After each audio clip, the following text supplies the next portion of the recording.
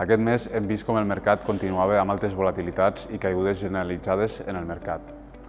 Els inversors es mostren preocupats degut a la continuïtat del conflicte bèl·lic a Ucrània, als confinaments a Xina a causa de la política de Covid-0 i, per suposat, a l'alta inflació que, juntament amb les polítiques més restrictives dels bancs centrals, estan generant temors a una recessió.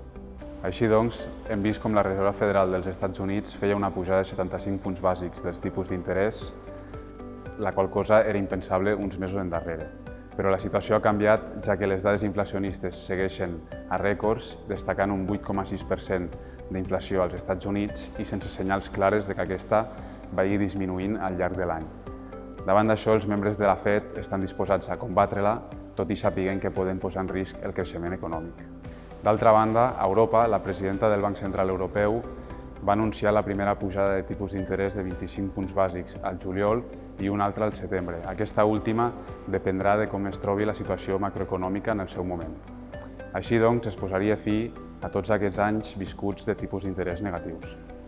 També va anunciar el pla per retirar la compra d'estímuls del mercat, tot i sabent que es preveu una reducció del creixement del PIB a la zona euro. No obstant això, el Banc Central Europeu va tenir que realitzar una reunió d'emergència degut a l'enfonsament dels bons i per buscar una solució a la fragmentació dels països perifèrics envers els països core i suggerint una major flexibilitat a l'hora de reinvertir les compres d'actius.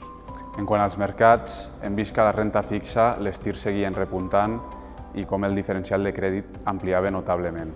Respecte a la renta variable, continuen les fortes caigudes, tant és així que el selectiu Standard & Poor's 500 ha arribat a baixar un 23% en l'any, arribant a tocar els 3.600 punts més o menys i marcant ja així una tendència de mercat baixista.